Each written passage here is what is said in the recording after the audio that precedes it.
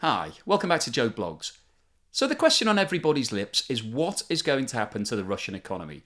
Will the sanctions break Russia, or will Russia be able to set up new trading relations with India and China and be able to develop into a major player without the need for any of the Western world? And that's really a difficult question to answer. But if you've been following the channel, you'll know that I've been providing you with a lot of data and information that gives some pointers as to what I think is likely to happen. And the Yale School of Management have produced a report. They've been looking at a lot of data. They've been digging down into the detail to try to establish exactly what's going on.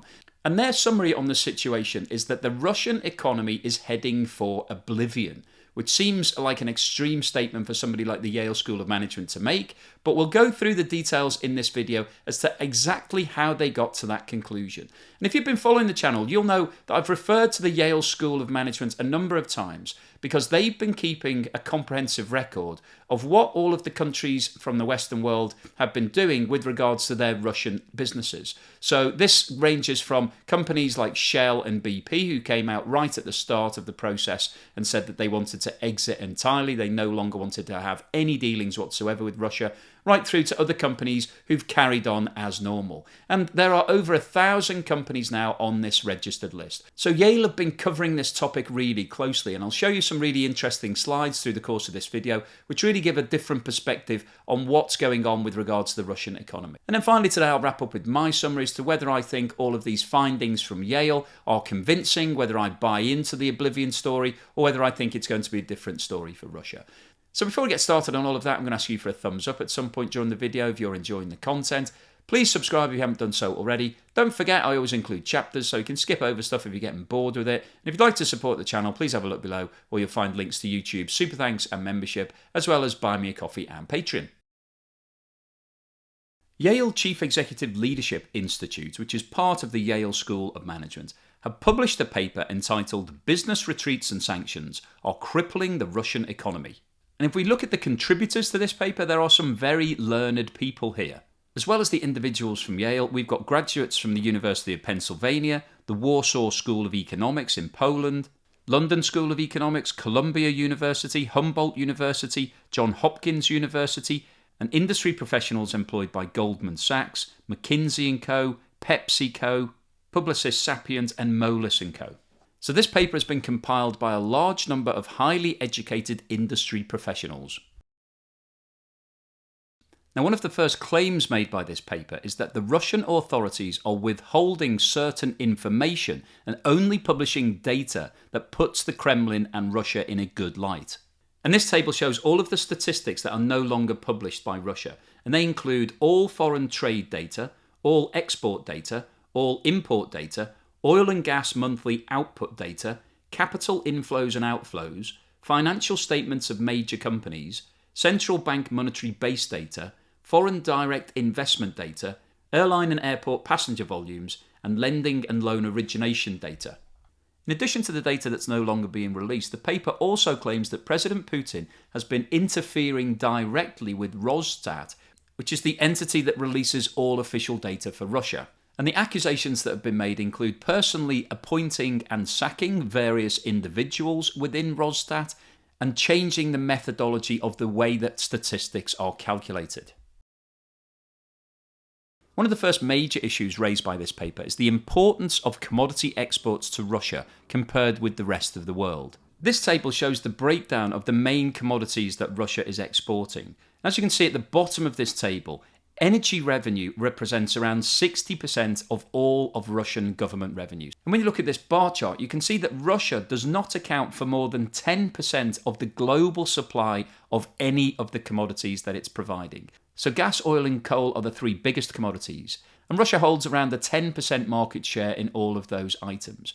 So the point that Yale are making here is that 90% of the global supply is coming from elsewhere. It's not coming from Russia. So therefore the global economy can cope without Russia. And the flip side of the argument is that Russia is highly dependent on these revenues. So in global terms, if Russia is providing 10% of all of the oil, and there's a 20% decline in Russian volumes, that would only equate to 2% globally. However, from Russia's point of view, if energy products are making up 60% of all of the revenue, and there was a 20% decline in all of those products, then that would equate to around 12% of Russia's total revenues. So the proportionate impact on Russia is far greater than it is for the globe. If you follow the channel, you'll know that we've talked about the provision of Russian gas to Europe a lot. And one of the problems that a lot of European countries have is that that gas is being supplied by pipeline. So it's very convenient and it's very low cost. And switching away from that supply is really difficult because you need the infrastructure to be able to cope with liquefied natural gas, because nobody else can transport gas in a gaseous form. The only way that it's transported any distance is by liquefying it, putting it onto a ship and then moving it across the ocean. And then you need to regasify it before you can feed it into your pipelines to feed to all of your consumers. So that's the big challenge right now. The vast majority of Europe have made a commitment to move away from Russian gas. So over the next 3 to 5 years, we will see all of these purchases of Russian gas stopping. And this chart shows the relative importance of that gas supply to both Russia and Europe. So on the left-hand side of the chart, you can see the destination of Russian gas exports. And this shows that 83% of Russian gas exports are sent to Europe. 12% go to countries that were previously part of the Soviet Union, 2% goes to China, and 3% goes to the rest of the world. And what this chart tells us is that the challenges facing all of the European countries, whereby they're having to set up new infrastructure to be able to handle LNG, are facing Russia as well. Because the flip side of the convenience factor of all of that gas coming through pipelines to Europe means that Russia have been feeding gas directly into that system. In order to sell that gas to other countries, they're going to have to liquefy it and then put it onto ships. So they will need to have huge liquefaction plants to be able to do that, and then they need to find the capacity of the shipping. And both of those issues are going to be very challenging to Russia. Firstly, a lot of their gas is in really inhospitable places. Russia has large gas fields that are part of the Arctic Circle, so we have real climate issues. So building large plants that are able to handle massive volumes of gas and turn it into LNG is not a simple task. So they will need huge amounts of investment into that infrastructure. And this is coming at the time when Russia has cut its ties with most of the world. So historically, it would have been able to talk to the big gas and oil companies such as BP and Shell and ExxonMobil, do some sort of joint venture arrangement, put that infrastructure in place, and then sit back and let the cash come through over the next 30 to 50 years. It can't do that right now because it's cut all of those relationships. So it needs to either find all of the money and expertise itself, or it will need to find new trading relations with people like China. Now, the problem that they'll have with regards to China is that there is a land border between Russia and China. So Russia and China are in discussions at the moment about putting new pipelines in place. Again, another huge amount of infrastructure and expense that needed to do that. So it's unlikely that China will want to invest tens of billions of dollars over the next 5 to 10 years in LNG facilities if they can take the gas by a pipeline. So hopefully you can see from this chart the challenges that Russia are facing. And to go back to what we've just talked about, because the provision of gas is so important to Russia, this is a far bigger issue than it is for Europe. Obviously, it is an issue right now for Europe because nobody wants to run out of gas and therefore not be able to produce any electricity. But there are lots of alternative options. European countries can buy LNG from other suppliers. In terms of Russia, they don't have the ability to convert all of this gas to LNG overnight. So what we will see is Russia not being able to sell anywhere near the volume of gas that they have historically because it's in a gaseous form and they can't move it anywhere. They haven't got the ability to liquefy it overnight. Moving on to the next chart, you can see that Russia does account for 46% of all of the EU gas imports, so it is a significant supplier. But there are other suppliers, and I think that's the point. Norway's coming in at around 25%, the US and other countries 19%, Qatar and Algeria around 5%. So what we will see over the next 12 to 18 months is this pie chart will be changing entirely. Russia will be reduced to zero, and all of these other countries will be expanded out. Now moving on to the final chart here, you can see the amount of Russian piped gas that's being sold to the EU, that's the blue line at the top. And then we've got the amount of LNG being provided by the US. And you can see that the two lines are moving in opposite directions. The amount of Russian gas has reduced significantly over the last 12 months. And since the start of the war, we have seen a huge increase in the import of US LNG. And in June, we saw the two lines cross over. So there's now more US LNG being sold directly into the EU than Russian piped gas. And once again, if we were to run this chart forward over the next 12 months, we would see a continuation of this trend. The Russian pipe gas will come down to zero, and the US and other countries' LNG will increase significantly. This table shows the existing infrastructure that Russia has installed all through Europe. So the gas pipelines are the darker lines and the oil pipelines are the lighter lines. So this infrastructure was set for life. It was put in place and it was fully expected that Russia would sit back and earn revenue from all of this supply for the next 50 to 100 years. However, what's happening right now in Ukraine has killed off all of these supply chains. And on the right-hand side of this chart, you can see the level of Russian gas flows to Europe through 4 different pipelines. And what's consistent on this chart is that since the start of the war, there has been a reduction in the amount of gas being sent through to Europe. Some of that is because the European countries don't want to buy it, and some of it is because the Russian authorities have been holding back gas. But either way, it doesn't matter. There is a reduction in the amount of gas going through to Europe from Russia. This map shows the existing pipelines that are in place between Russia and China. And as you can see, there are considerably fewer pipelines than there were on the European map. The blue lines here show the operational pipelines. You can see there are 3 current operational pipelines. One of the challenges facing Russia is the location of their gas fields.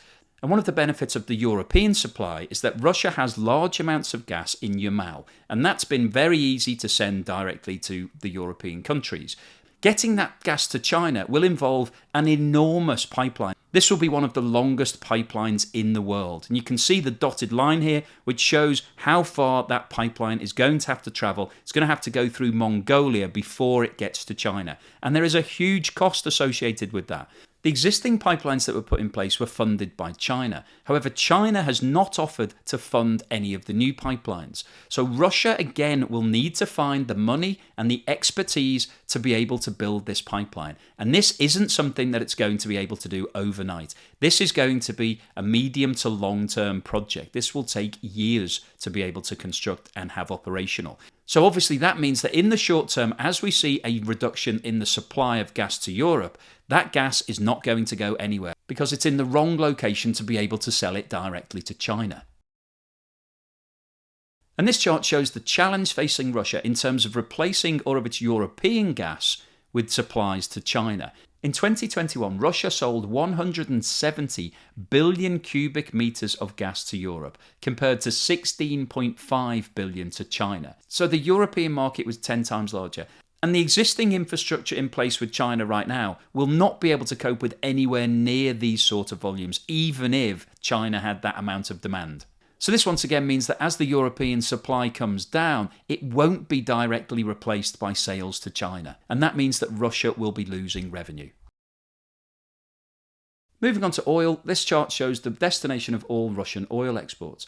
53% of all oil was sold to Europe, 39% to Asia and 8% to the rest of the world. So Russia has a major challenge finding a home for more than 50% of its oil production. And as we've discussed before on the channel, the problem that you have with oil is there's nowhere to store it. If you're pumping huge volumes of oil, millions of barrels of oil per day, you need to find somewhere to sell it to. Because once all your tankers are full, you've got nowhere to go. And if you have to cap that oil well, that will cause you major problems in the future. One of the reasons that Russia have been offering discounts is that they need to keep the volumes flowing. And that's a real problem for Russia. They need to find a home for more than 50% of the oil that they're producing.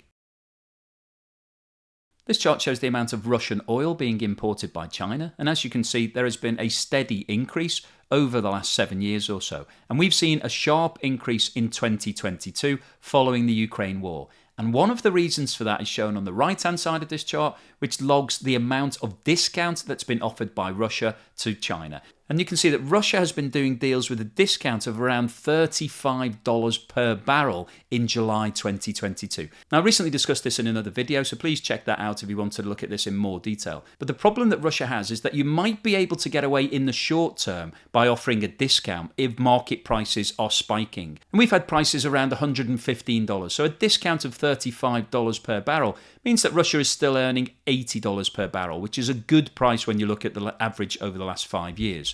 However, if you're locked into a position of having to offer massive discounts, as prices start to move down, it's going to cause you a world of problems. And that's what started to happen. We've started to see prices moving down again as the world is moving potentially into recession, and this is going to have a huge impact on Russian revenues. And this table shows one of the reasons that Russia's offering large discounts, and also another issue facing Russia, and it relates to the amount of time it takes to move oil via shipping. This chart shows that on average it takes 2 days to move oil to Eastern Europe from Russia, 4 days to Northern Europe, 7 days to Western Europe, 18 days to North America, 20 days to the Middle East, 27 days to Southeast Asia, and 35 days to East Asia. And this timing is from loading to arrival at the port. To bring that ship back would be double this time. So that means that if you're moving oil to China, it will be a 70-day round trip. And when you look at the logistics involved in that, you need to then have a lot more ships, because if each ship is taking 70 days to come back and you want to have a regular supply, you're going to need 6 or 7 times the number of ships to move that same volume. And logistically, that's impossible. There aren't enough ships in the world to be able to cope with Russia selling all of its oil directly to China, especially when you take into account the sanctions and the fact that a lot of shipping companies don't want to deal with Russia. One of the other issues we've discussed on the channel is the inability of Russia to be able to source goods, to import goods from other countries, predominantly because of the sanctions. And it's estimated that around 20% of Russian GDP comes directly from imported goods. This chart shows the movement in the value of imports in the months after the invasion. And you can see that prior to the invasion, the total amount of imports was around $300 billion. And as a result of the sanctions, it's estimated that that figure has dropped by more than 50%. Now, an argument that's frequently put forward is that Russia will replace all of its business that's lost with Europe with China. The volume of Chinese exports to Russia plummeted by 50% from the start of the year to April, reducing from over 8 billion per month at the end of 2021 to less than 4 billion in April. And one of the reasons for this huge fall is that the Chinese banks have withdrawn all credit and financing from Russia. And this table shows the relative importance of Russia to China and China to Russia. China is by far the largest supplier of goods to Russia, and in the last 12 months the value of imports was over $72 billion, which makes it more than the combined value of the second, third, fourth and fifth countries on the list, which are Germany, United States, Belarus and South Korea. So really, really important to Russia. On the flip side of the equation, Russia ranks at number 11 on the list of Chinese exports. And the $73 billion of revenue is around 7 times smaller than the amount of trade done between China and the USA, which is over $500 billion per year. So this really puts things into perspective, particularly when we're talking about secondary sanctions and the USA threatening to apply secondary sanctions against China if it increases the amount of trade with Russia. Because the USA is a really important trade partner for China. It's number 1 by a long way. This chart provides analysis of the supply chains within Russia that are most dependent on international supplies, and shows that in certain sectors such as hospitality, technology and automotive industry, the level of inflation is somewhere between 35 and 55%, as a result of the fact that Russia is having to pay significantly more to access a lot of the components and materials required. This table plots Russian retail sales and consumer spending, and as you can see, since the start of the war, there has been a significant decline. And in May 2022, both retail sales and consumer spending were down by more than 15%. This chart shows the amount of capital and people that have been leaving Russia since the start of the war. It's estimated that around $70 billion worth of capital has been taken out of the country, and that more than 500,000 people have left the country. Of this figure, 50% are highly educated or work in skilled sectors such as tech, and over 15,000 of these are ultra high net worth individuals, which is defined as somebody who has a net worth of more than $30 million. And this represents around 20% of all of Russia's ultra high net worths. This final slide shows that over 1,000 companies have now either exited or curtailed their operations in Russia as a result of the war. that over 5 million jobs in Russia have been lost as a direct result of the exodus of foreign investment, and that the data suggests that Russia's GDP could fall by as much as 40%. So what's the summary and conclusion today? Well, I think this report is really interesting. It highlights a lot of areas that we've been discussing on the channel. So a lot of these topics are not entirely new. But what is interesting is that a group of really educated and professional people have spent a long period of time assessing the impact on the Russian economy, and the overall assessment that Russia is facing economic oblivion, and we could see a 40% fall in GDP, is the most negative that I've seen from any report anywhere. What we saw at the start of the war was that there was a lot of negative talk. A lot of people were saying this was going to be really bad news for Russia. And as time has passed, there's been more reports of a reduced amount of impact. Everybody's assuming that Russia will cope just fine. And the first issue raised in this report about the quality and reliability of the information coming out of Russia is a really interesting question. Are we seeing the real facts, or is the data being adjusted to make the situation look better than it is? Now, my personal view is that I do think that the data is being limited. I don't think we're seeing a lot of the negative news. I think we're seeing many of the positive deals that are being done. So I agree to a certain extent with what Yale are coming up with. I don't think we've got all the facts in front of us. If we had them, I think the situation would look worse for Russia right now. But because of the nature of this conflict, it's not in Russia's interest to be telling everybody how badly it's performing as a result of what's happening in Ukraine. So I definitely think there's an element of truth in what Yale is saying. The other really interesting point that these guys have made is the relative importance of Russia to the world versus the world to Russia. And what we've seen here is that Russia does have large supplies of various things, but it represents a relatively small percentage in global terms. There are other options. It will take time for some of these European countries to be able to replace the gas, because there's a lot of technicalities around moving gas and being able to feed it into your network. But there are options. There are other suppliers. It's not a monopoly position for Russia. So over time, everybody will move on. All of the countries who were previously buying from Russia will be able to find alternatives. We may well hit a recession in between that, because there's a lot of cost involved and the world is already sitting with really high rates of inflation. So it's likely that we're going to add to that burden. We're going to increase prices more. So the world will suffer as a result of what's happening.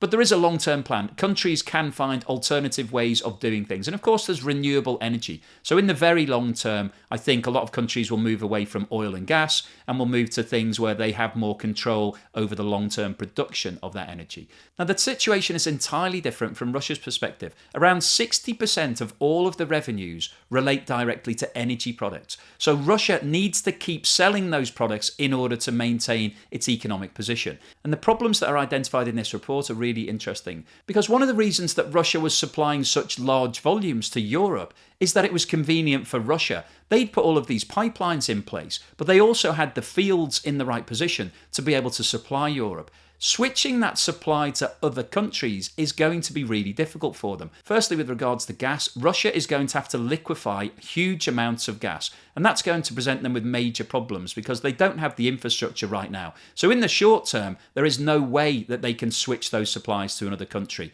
It's going to take time. So in the short term, they will definitely lose revenue. And it's the same situation with regards to oil, because they've been having to sell oil at a discount to encourage China and India to take it. But as those volumes go up, there's going to be logistical problems because there just simply aren't enough ships in the world to be able to cope with that change in supply chain. As I showed you earlier, the Yale guys have identified that it will take 70 days on a round trip on a ship to get the oil to China and back. So that is going to mean a huge increase in the number of ships needed by Russia, at the same time as they've been sanctioned by most of the shipping companies around the world. So in the short term, they've been able to do some deals with China and India because it's only needed a handful of ships to do that. But to move the volumes that they've been selling into Europe to those countries is going to require a huge amount of investment. And that's one of the other issues for Russia right now, is that they don't have any investment partners. They burned all of their relationships. So all of the oil and gas companies that they've worked with over the last 30 years, they've cut their ties and taken over all of those assets. And now they need new partners. And that's going to be very challenging for Russia because I don't think anybody wants to get into bed with them right now, having seen what they've just done to their previous partners. And the final thing I think it's worth picking out of this report is the importance of Russia to China and China to Russia. China is by far the largest exporter to Russia. It provides more than the next 4 countries combined. But from China's point of view, Russia only ranks at number 11 in terms of its destination of exports. And the USA is by far the largest trading partner. And that relationship will be important when it comes to talking about secondary sanctions and the USA recommending that China does not increase the amount of business with Russia. And fundamentally, the importance of that trading relationship between the USA and China may well be critical when it comes down to which side of the fence China decides that it wants to be on. So this is a very negative report from Russia's point of view. It puts the situation into a very dark light. And from my point of view, I think we've got an extreme example here. I don't think we'll see a 40% fall in GDP, but I do think it's highlighted a lot of really relevant issues. And I think there are more issues going on in Russia right now that we're not aware of, that we're not seeing any statistics and data for. And I think the situation will ultimately end up being far worse for Russia than a lot of commentators are expecting right now. So I'm certainly not in full agreement with these guys from Yale, but I do think it's likely that we could see a double-digit fall in GDP in Russia, and over the next 3 to 5 years, there will be some significant challenges facing Russia. They don't have the infrastructure to be able to pivot. They can't just sell all of these products directly to other countries. It's impossible to do that. So they will see a reduction in revenue, and that's going to hurt the economy, as well as all of the other issues that we know about in terms of the sanctions. So I think the overall summary from my perspective is that the outlook is very bleak for Russia. I think the next 2 or 3 years are going to be really hard for them. So hopefully you found today's video useful, informative and educational. If you've liked what I've said, then please give me a thumbs up and don't forget to subscribe if you haven't done so already.